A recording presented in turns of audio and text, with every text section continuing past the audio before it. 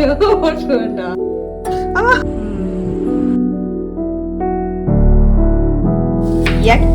Hi friends, எல்லோரும் எப்படி இருக்கீங்க? Hope you all are doing good. So எனக்கும் 1 minute ஷார்ட்ஸ் அண்ட் ரீல்ஸ் போட்டு ரொம்ப போர் அடிச்சிடுச்சு. ஸோ இதுமாரி இது மாதிரி லாங் வீடியோஸ் நீங்கள் பார்ப்பீங்க. இந்த வீடியோவில் என்ன பார்க்க போகிறீங்கன்னா, லைக் பேசிக்கலி ஒரு chill Saturday, not much of a productive day. But நாங்கள் யூஸ்வலாக பேசிக்காக என்ன பண்ண போகிறோமோ, லைக் ஸ்லோவாக பீஸ்ஃபுல்லான ஒரு சாட்டர்டே பார்க்க போகிறீங்க. இதில் ஏதாச்சும் உங்களுக்கு ஹெல்ப்ஃபுல்லாக இருக்குமான்னு கேட்டால் 99% இருக்காது. பட் இந்த வீடியோ எப்படி இருக்குன்னா, லைக் நீங்கள் ஏதாச்சும் குக்கிங் பண்ணுறீங்க, இல்லை அப்ராடில் தனியாக இருக்கீங்க, உங்களுக்கு வந்து ஒரு கம்பெனி வேணும், ஏதாச்சும் ஒரு வாய்ஸ் கேட்கணும், ஏதாச்சும் ஒரு ஆடியோ கேட்டுக்கிட்டே ஒர்க் பண்ணணும், போர் அடிக்குது அப்படின்னும் போது நீங்கள் இதை கேட்டுக்கிட்டே லைக் உங்கள் ஒர்க்கு பண்ணலாம்.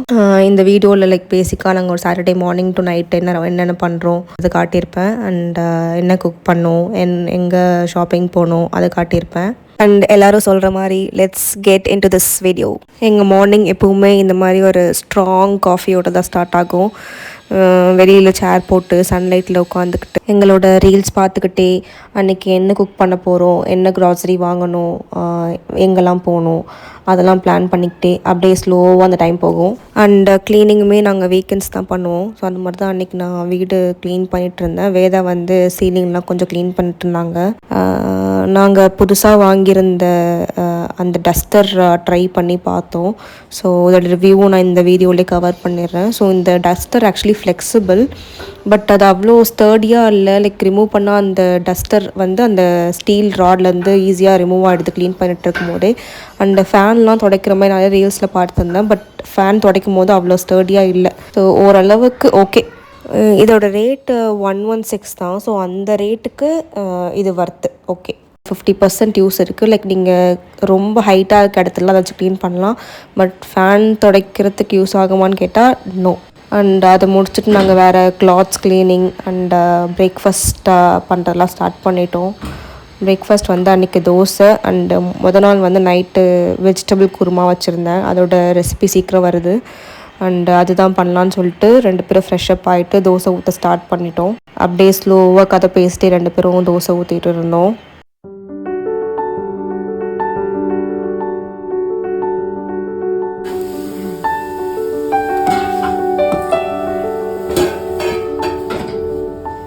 அன்றைக்கி நாங்கள் கீரை தான் செய்யலான்னு பிளான் பண்ணியிருந்தோம். இது வரைக்கும் நான் ஒரு தடவை கூட கீரையே செஞ்சதில்லை.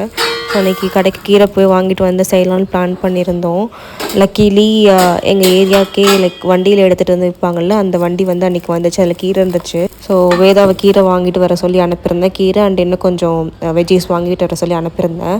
அனுப்பும் போதே ஒரு 5 to 10 டைம்ஸ் சொல்லி மனப்பாடம் பண்ண வச்சு திரும்ப ரிப்பீட் பண்ண வச்சு தான் அனுப்புகிறேன். திரும்ப வாங்க போயிட்டு என்னென்ன வாங்கணுன்னு கேட்டுட்டு இருந்தான். அப்புறம் வாங்கிட்டு வந்துட்டுமே திரும்ப மேலே வந்து நான் இதெல்லாம் வாங்கியிருக்கேன், கரெக்டாக வாங்கிக்கணும், இது வாங்கிட்டேன் அப்படின்னு சொல்லிட்டு இருந்தான்.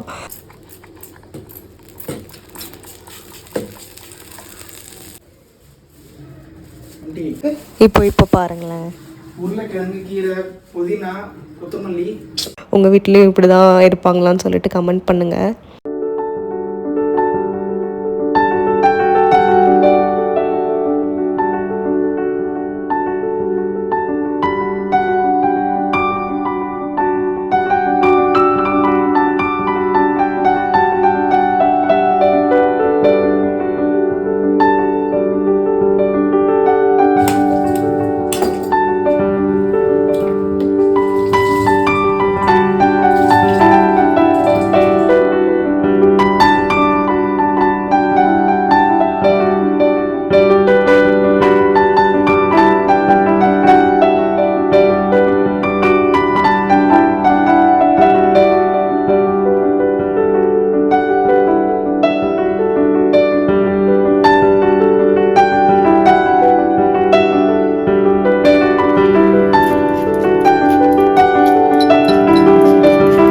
அண்ட் தோசை ஊற்றி 2 பேரும் லைக் ஒரு படம் பார்த்துட்டே கூலாக சாப்பிட ஆரம்பித்தோம்.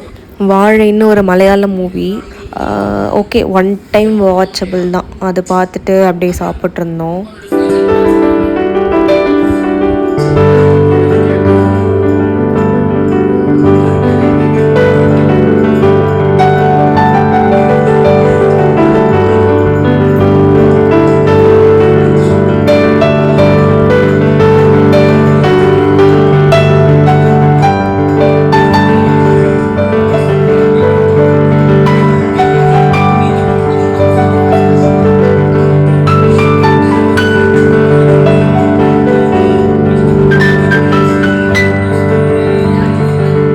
சாப்பிட்டு முடிச்சுட்டு நான் அப்படியே குக் பண்ணலான்னு ஸ்டார்ட் பண்ணிட்டேன். ஏன்னா அப்போவே வந்து 10:30 11 ஆகிடுச்சு. ஸோ அதுக்கு மேலே வெயிட் பண்ணால் மதியம் ஆக ஆக கிச்சன் ரொம்ப நல்லாயிருக்கும். ஸோ சீக்கிரமாக குக் பண்ணி வச்சுட்டு ரெஸ்ட் எடுக்கலாம் அப்படின்னு சொல்லிட்டு ஸ்டார்ட் பண்ணிட்டேன். ஃபஸ்ட்டு வாங்கின வெஜ்ஜஸ் எல்லாமே கரெக்டாக இருக்கான்னு செக் பண்ணிட்டு இருந்தேன். அப்புறம் வாங்கிட்டு இருந்த கீரை வந்து அரைக்கீரைன்னு சொன்னாங்க. பட் அது அரைக்கீரை மாதிரி இல்லை, எனக்கு டவுட்டாக இருந்துச்சு. ஸோ அம்மா கால் பண்ணி கேட்டுட்டு இருந்தேன். அம்மா பார்த்துட்டு இதோட ஸ்டெம் வந்து வேறு கலரில் இருக்குது, இது அரைக்கீரை இல்லை சிறுக்கீரை, இது வந்து பருப்பு போட்டு செய்யணும் அப்படின்னு சொல்லிட்டு இருந்தாங்க. பட் நான் வந்து புளி வச்சு செய்யலான்னு எக்ஸ்பெக்ட் பண்ணிட்டு இருந்தேன். ஏன்னா எனக்கு அந்த மாதிரி பண்ணால் ரொம்ப பிடிக்கும். எனக்கு கீரை ரொம்ப பிடிக்கும். பட் நான் ட்ரை பண்ணதே இல்லை, டிசாஸ்டர் ஆகிடும் எப்போ பண்ணாலும். ஸோ நான் அதை அவ்வளோவா பண்ண மாட்டேன். பட் எனக்கு கீரை சாப்பிட்றது ரொம்ப பிடிக்கும். அரைக்கீரை வந்து கடைஞ்சிட்டு பண்ணுவாங்கள்ல, அரைக்கீரை கூட்டா, அரைக்கீரை தெரில, அது பேர் என்னன்னு தெரியல. அது பண்ணிவிட்டு பொட்டேட்டோ ஃப்ரை பண்ணலான்னு சொல்லிட்டு ரெடி பண்ணிகிட்டு இருந்தேன். எனக்கு அது எப்படி பண்ணணும்னு தெரில. நான் ரெசிபீஸும் எதுவும் பார்க்கல. நானே இது வரைக்கும் சாப்பிட்டு டேஸ்ட்டை வச்சு ஓகே இப்படி தான் பண்ணுவாங்கன்னு சொல்லிட்டு அசியூம் பண்ணிகிட்டு இருந்தேன்.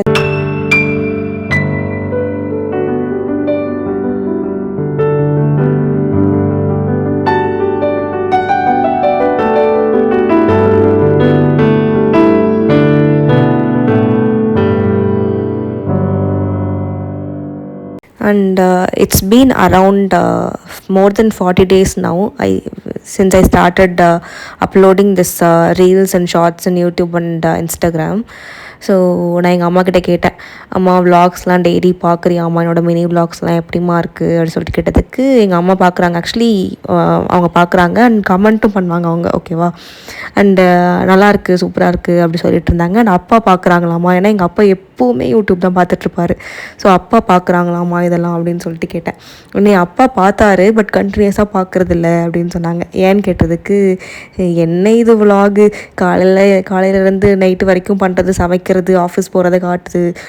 ஒரு வீடியோனா ஒரு மோட்டிவேஷன் இருக்கணும், யாருக்காச்சும் இன்ஸ்பிரேஷனாக இருக்கணும். யங்ஸ்டர்ஸ்லாம் பார்க்குறாங்க, அவங்களுக்கு ஒரு மோட்டிவேஷன் கொடுக்குற மாதிரி எப்படி வேலைக்கு போகணும், எப்படி சம்பாதிக்கணும், எப்படி அப்பாவும் பார்த்துக்கணும், அதெல்லாம் சொல்லணும் அப்படின்னு எங்கள் அப்பா சொன்னாராமா அப்படின்னு சொல்லிட்டு எங்கள் அம்மா சொன்னாங்க. ஸோ இது மாதிரிலாம் பண்ணு அப்படின்னு சொன்னாங்க. பட் ஓகே தான், நானும் ஃபஸ்ட்டு அப்படிலாம் யோசித்தேன். ஏதாச்சும் லைக் ஒரு அட்வைஸை கருத்தை உள்ளே திணிச்சு பேசலாமா அப்படின்னு யோசித்தேன். அப்புறம் வாட் ஐ ஃபெல்ட் இஸ் அப்படி ஏதாவது பேசி ரொம்ப கான்ட்ரவர்சியலாக மாறி நம்ம ட்ரோல் வீடியோஸில் வந்துட போகிறோமோன்னு ஒரு பயம் எனக்கு. ஸோ மூடிக்கிட்டு இந்த வேலையை பார்ப்போம். நம்ம ரெகுலராக என்ன பண்ணுறோமோ அது வந்து லைக் பாசிட்டிவ் வேல காட்டணும். லைக் நம்ம வீடியோ பார்த்துட்டு முடிச்சுட்டு போனால் அவங்களுக்கு வந்து அந்த டே வந்து பாசிட்டிவாக இருக்கணும் அப்படின்னு யோசித்து பண்ணிகிட்ருக்கேன். பட் இதுவே கண்டினியூ பண்ணுவேனான்னு சொல்லிட்டு கேட்டால் ஐ டோன்ட் நோ. மேபி நான் ஃப்யூச்சரில் ஸ்டார்ட் பண்ணலாம். ஏதாச்சும் ஒரு இஷ்யூ பற்றி பேசுகிறது, இல்லை ஏதாச்சும் நடந்திருக்கும் அதில் என்னோடய ஒப்பீனியன் சொல்கிறது, அப்படி பண்ணுவேன்னு நினைக்கிறேன். But I'm not sure. நீங்கள் என்ன ஃபீல் பண்ணுறீங்கன்னு சொல்லிட்டு கமெண்ட்டில் சொல்லுங்கள்.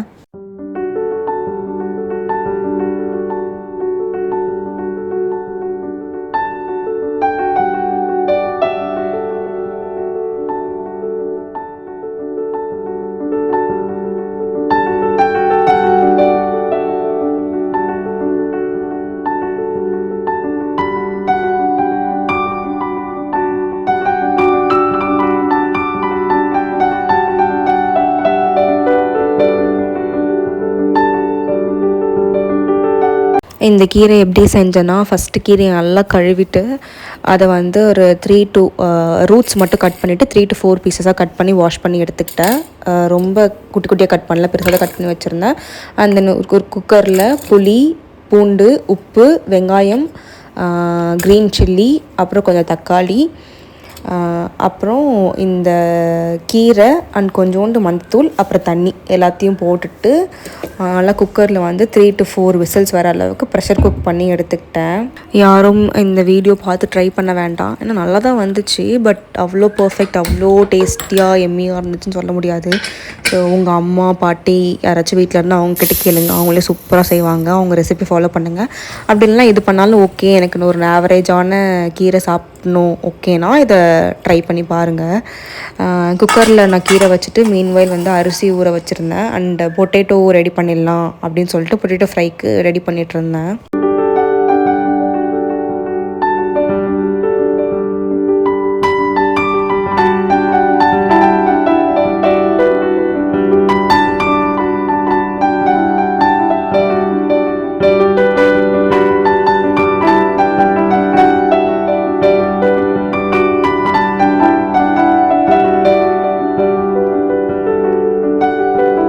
பொட்டேட்டோ ஃப்ரை தான் ஈஸியான சைட் டிஷ்ஷு. எனக்கு எப்போவாது வெஜ்ஜீஸ் பண்ண இன்ட்ரெஸ்ட் இல்லை, சமைக்கிற மூடு இல்லை, ஆனால் இதை பண்ணணும் உடனே பொட்டேட்டோ ஃப்ரை பண்ணிவிடுவேன். அதுதான் குயிக்காக பண்ணிடலாம், ஈஸியாகவும் இருக்கும், டேஸ்டியாகவும் இருக்கும். ஒன்றுமே இல்லை, எண்ணெய் போட்டுட்டு அதில் கடுகு சீரகம் தாளிச்சிட்டு கருவேப்பிலை இருந்தால் அது போட்டுப்பேன். அந்த பொட்டேட்டோவை குட்டி குட்டியாக சாப் பண்ணி போட்டுட்டு உப்பு, மஞ்சத்தூள் அண்ட் குழம்பு மிளகாய் தூள் இதை போட்டுட்டு அப்படியே நல்லா அது ரோஸ்ட் ஆகுற அளவுக்கு ரோஸ்ட் பண்ணி எடுத்துப்பேன். அவ்வளோதான், அது ரெடி. பட் எங்கள் வீட்டில் எப்படி பண்ணுவாங்கன்னா, எங்கள் அம்மா எப்போவுமே இது வரைக்கும் அரௌண்ட் 25 இயர்ஸ் கிட்ட அங்கே இருந்திருக்கேன், ஒரு தடவை கூட இது மாதிரி எங்கள் அம்மா பண்ணதே கிடையாது. எப்போவுமே பொட்டேட்டோவை தனியாக வேக வச்சு பாயில் பண்ணி வேக வச்சு அதை கட் பண்ணி அப்புறம் வந்து வெங்காயம் தக்காளி மிளகாத்தூள் அதெல்லாம் போட்டு மசாலா ரெடி பண்ணி அதில் பண்ணி அந்த மசாலா பொட்டேட்டோ தான் பண்ணுவாங்க. இப்படி தான் இவங்க இவ்வளோ இயர்ஸ் வந்து கொஞ்சம் கூட சோம்பேறித்தனம் இல்லாமல் பண்ணாங்க, எனக்கு தெரியல. அதை எப்போவுமே ட்ரை பண்ண மாட்டேன். பொட்டேட்டோனாலே இதுதான் பண்ணுவேன். உங்கள் வீட்டில் எப்படி பொட்டேட்டோ ஃப்ரை பண்ணுவீங்கன்னு சொல்லுங்கள். மீன்வைல் வந்து கீரை வந்து ப்ரெஷர் குக் ஆகி வந்துடுச்சு, பட் சூடாக இருந்துச்சு, பிளெண்ட் பண்ண முடியாதுன்னு சொல்லிட்டு ஆற வச்சுருந்தேன். அந்த ஆறுற கேப்பில் வந்து புதினா வாங்கிட்டு வந்திருந்தால வேதா, ஸோ அதை கட் பண்ணிடலாம், எடுத்து வச்சிடலாம் தனித்தனியாக, ஈஸியாக இருக்கும். அப்புறம் வீக் டேஸில் குக் பண்ணுறதுக்குன்னு சொல்லிட்டு அந்த புதினாவை ஆஞ்சிட்டு இருந்தேன்.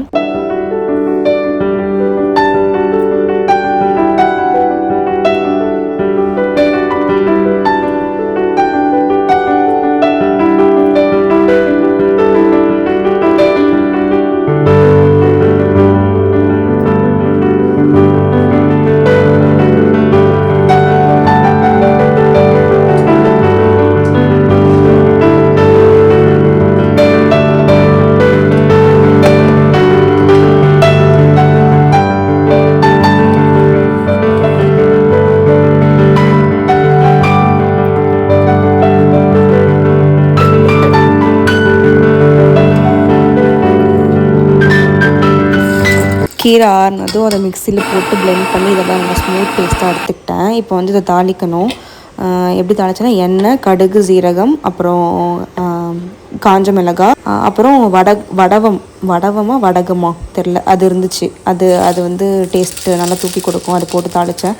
சுண்டல் நான் எப்போவும் டிசாஸ்டர் ஆக்கிடுவேன்னு சொல்லிட்டு தீய வச்சுட்டேன் கடுகு சீரகத்தை. அப்புறம் தாளிச்சிட்டு இந்த கீரையை போட்டு உடனே எடுத்துடணும் ஆக்சுவலி. பட் நான் வந்து கீழே ரொம்ப நிறையா தண்ணி ஊற்றிட்டேன், அதனால அது சுண்டட்டும்னு சொல்லிட்டு ரொம்ப நேரம் கீரையை கொதிக்க விட்டுருந்தேன். கீரையை ஆக்சுவலி கொதிக்க விடக்கூடாது பண்ணிட்டு இருந்தேன். தென் மாம்பழம், எனக்கு என்ன சைட் டிஷ் பண்ணாலும் சரி எனக்கு வந்து ப்ளஸ் மாம்பழம் இருக்கணும், கண்டிப்பாக இருக்கணும்.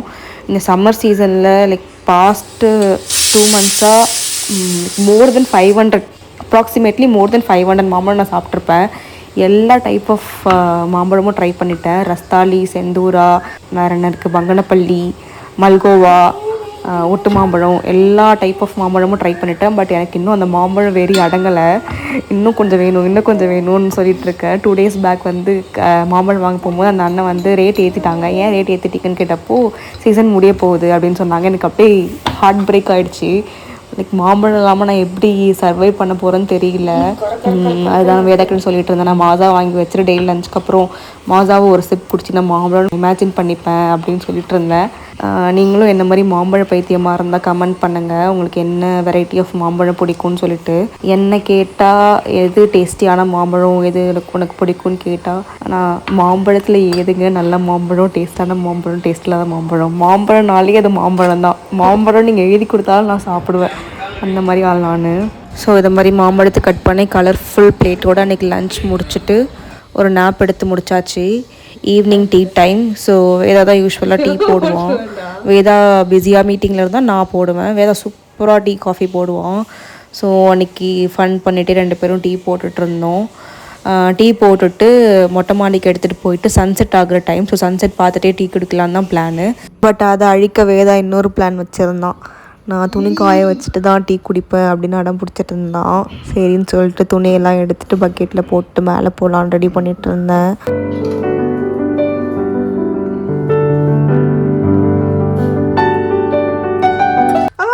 மீன்வயலில் விளக்கு ஏற்றிடலான்னு சொல்லிட்டு விளக்கும் ஏற்றிட்டு வீடு ஃபுல்லாக நாங்கள் பாலிலேருந்து ஒரு வத்தி வாங்கிட்டு வந்தோம், அதை ஏற்றி வச்சுட்டு வீடு ஃபுல்லாக புகை போட்டுட்டு இருந்தேன்.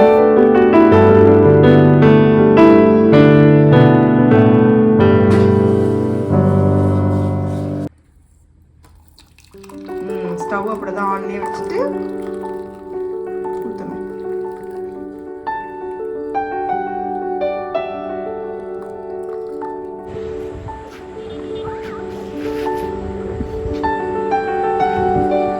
அன்றைக்கி அமாவாசைக்கு ஃபியூ டேஸ்க்கு முன்னாடி போல். ஸோ நிலா இதை மட்டும் தான் பாதி தான் இருந்துச்சு. சூப்பராக இருந்துச்சு பார்க்கவே. என்ன திட்டுறீங்க? இப்படி தான் கைஸ் வேதா டெய்லியும் அவனே துணி காய வச்சு துவைச்சி காய வச்சிருவான். எல்லா வேலையும் நான் தான் பார்ப்பேன். எங்க எங்க எங்க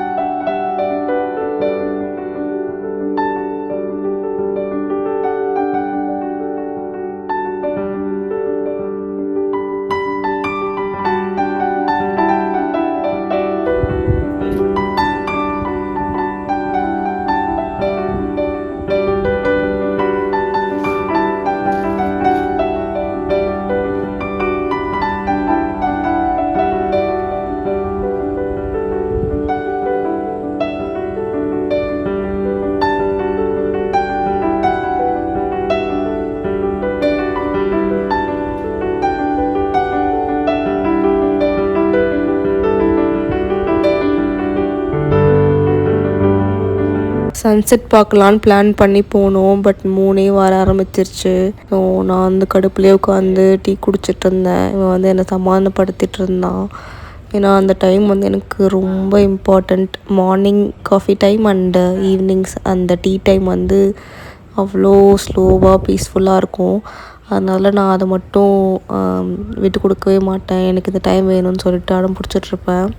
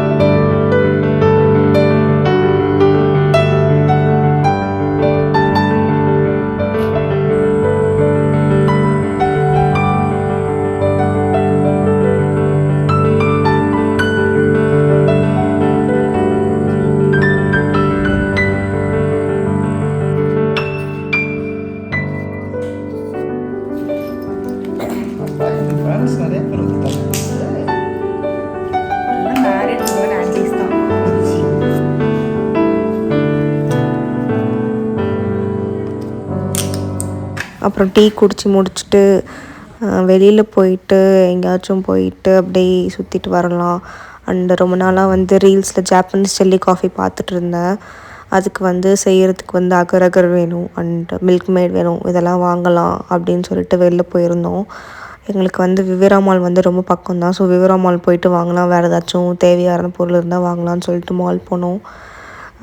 கடைசியில் எங்களுக்கு அந்த அகர் அகர் கிடைக்கல. அதை தவிர மீதி எல்லா தேவையில்லாத பொருளையுமே வாங்கிட்டு வந்தோம் நாங்கள்.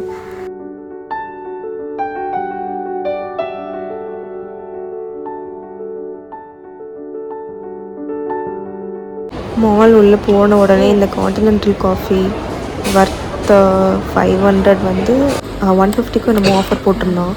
இன்னும் இது இவ்வளோ கம்மியாக இருக்குது, வாங்கலாமான்னு சொல்லிட்டு எக்ஸ்பைரி டேட் செக் பண்ணி பார்த்தா ஆல்ரெடி எக்ஸ்பயர்டான ப்ராடக்ட் அது. இந்த மாதிரிலாம் தான் ஆஃபர் போட்டு ஏமாத்துறாங்க போல், உஷாராக இருங்க. அண்ட் அதர் தேவையான சில பல ஐட்டம்ஸ் வந்து தீர்ந்து போனதெல்லாம் வாங்கிட்டு இருந்தோம். அண்டு நீங்கள் மாலில் இது மாதிரி லூஸ் ஐட்டம்ஸ்லாம் வாங்கலாம். லைக் ரைஸு, துவரம்பருப்பு, பச்சைப்பருப்பு, இந்த மாதிரி லூஸ் ஐட்டம்ஸ்லாம் இருக்குல்ல, இதெல்லாம் வந்து ரொம்பவே பேக்டோட ரொம்ப கம்மியாக இருக்கும். இந்த மாதிரி ஐட்டம்ஸ்லாம் வாங்கலாம். ஸோ நான் அந்த மாதிரி ஐட்டம்ஸ்லாம் இங்கே தான் வாங்குவேன். அதெல்லாம் எடுத்துகிட்டு இருந்தேன்.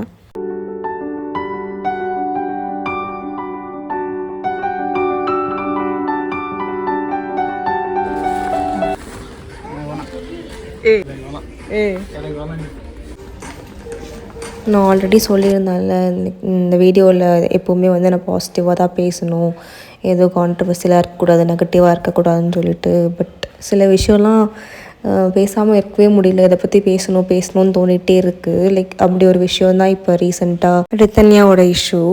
இது ஆல்ரெடி நிறைய பேர் இன்ஸ்டாகிராமில் யூடியூப்பில் லைக்ஸ்க்காக கமெண்ட்காக சப்ஸ்கிரைபர்ஸ் வரதுக்காக நிறைய பேர் இந்த பொண்ணை பற்றி நிறைய பேசி போட்டாங்க. பட் நான் வந்து லைக்ஸ்க்காகவோ ஃபாலோவர்ஸ்க்காக பண்ணல. ஈவன் நீங்கள் இந்த பார்த்துட்டு சப்ஸ்கிரைப் பண்ணணும்னு தோணுனாலும் பண்ண வேண்டாம். நான் இது வரைக்கும் இவ்வளோ இயர்ஸாக பார்த்த வரைக்கும் என்ன ஒரு அசம்ஷனில் இருந்தேன்னா, பொண்ணுங்க எப்பவுமே ஒரு அப்யூசிவ் ரிலேஷன்ஷிப்பில் இருக்காங்கன்னா, லைக் எக்ஸாம்பிள் நம்ம பாட்டியோ நம்ம அம்மாவோ நம்ம சித்தியோ நம்ம பெரியம்மாவோ நம்ம அத்தையோ யாராக இருந்தாலும் சரி, எல்லாருமே ஒரு அப்யூஸை வந்து த்ரூ பண்ணிட்டு தான் இருக்காங்க. நம்ம ஃபேமிலிலேயே சரி.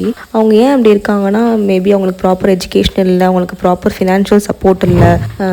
இந்த ஃபேமிலி விட்டு பிரேக் பண்ணிட்டு டிவோர்ஸ் பண்ணிட்டு வெளில போயிட்டா நம்ம சாப்பாட்டுக்கு என்ன பண்ணுவோம், பிள்ளைங்களை எப்படி வளர்ப்போம், அப்படி வந்து ஒரு மைண்ட் செட்டில் இருக்காங்க. ஸோ அதனால எல்லாத்தையும் பொறுத்துக்கிட்டு வாழ்கிறாங்க அப்படின்னு நான் இவ்வளோ வருஷம் நான் அதை அசியூம் பண்ணிட்டு இருந்தேன். பட் இப்போ தான் ரீசெண்டாக இந்த ரித்தன்யா இஷ்யூ அண்ட் இன்னொரு மேக்கப் ஆர்டிஸ்டோட இஷ்யூவில் புரிய வந்துச்சுன்னா, ரெண்டு பேருமே ஃபினான்ஷியலி அவ்வளோ ஸ்டேபிள், அவ்வளோ சப்போர்ட் இருக்குது. லைக் அவங்க வந்து அவங்க லைஃப் ஃபுல்லாக சம்பாதிக்கலனாலும் அவங்களால அஃபோர்ட் பண்ணி லைஃப்பை ரன் பண்ண முடியும், சாப்பிட முடியும், என்ன வேணால் பண்ண முடியும்.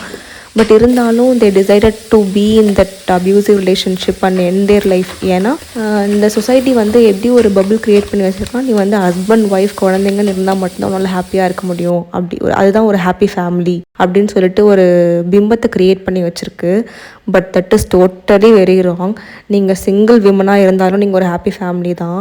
ஆல்சோ இது கேர்ள்ஸ்க்கு மட்டும் விமனுக்கு மட்டும் நடக்கலை, பாய்ஸ் மென்னுக்குமே நடக்குது. என்னென்னா கேர்ள்ஸ்க்கு கோல்டா லேண்டா அது மாதிரி கேட்குறாங்க. பாய்ஸ்க்கு வந்து 26-27 வயசில் கல்யாணம் ஆகிற ஒரு பையனுக்கு வந்து சொந்தமாக வீடு இருக்கணும், மினிமம் 10 LPA வச்சு சம்பாதிக்கணும், அண்ட் லேண்ட் இருக்கணும், ஒரு பேக்கப் பிளான் இருக்கணும், ஜாப் போயிட்டா ஒரு பேக்கப் பிளான் இருக்குன்னு சொல்லிட்டு மல்டிபிள் டிமாண்ட்ஸ். அதுவும் ஒரு வகையான டவுரி தான். மேரேஜ் லைஃப்பில் நீங்கள் ஹாப்பியாக இல்லையா, ஹாப்பியாக வந்து வாக் அவுட் பண்ணுங்கள், டிவோர்ஸ் வாங்குங்க, ஃபேமிலி சப்போர்ட் இருந்தால் அடிச்சுக்கோங்க, இல்லைனா நீங்கள் தனியாகவே ஃபேஸ் பண்ணுங்கள், பார்த்துக்கலாம். ரீமேரேஜ் பண்ணிக்கோங்க. ரீமேரேஜ் பண்ண பிடிக்கலையா, சிங்கிள் உமனாகவே நீங்களே ஒரு பேபி அடாப்ட் பண்ணி நீங்கள் ஒரு ஃபேமிலி க்ரியேட் பண்ணுங்கள். There are plenty of options to live in this world. ஓகேவா? உங்கள் லைஃப்பை என் பண்ணிக்கிறது என்றைக்குமே ஒரு சொல்யூஷன் கிடையாது. இந்த மாதிரி எதாவது அப்யூஸ் ஃபேஸ் பண்ணிங்கன்னா ஃபஸ்ட்டு உங்கள் ஃபேமிலி கிட்ட சொல்லுங்கள், பேரண்ட்ஸ் கிட்ட சொல்லுங்கள், ஃப்ரெண்ட்ஸ் கிட்ட சொல்லுங்கள்.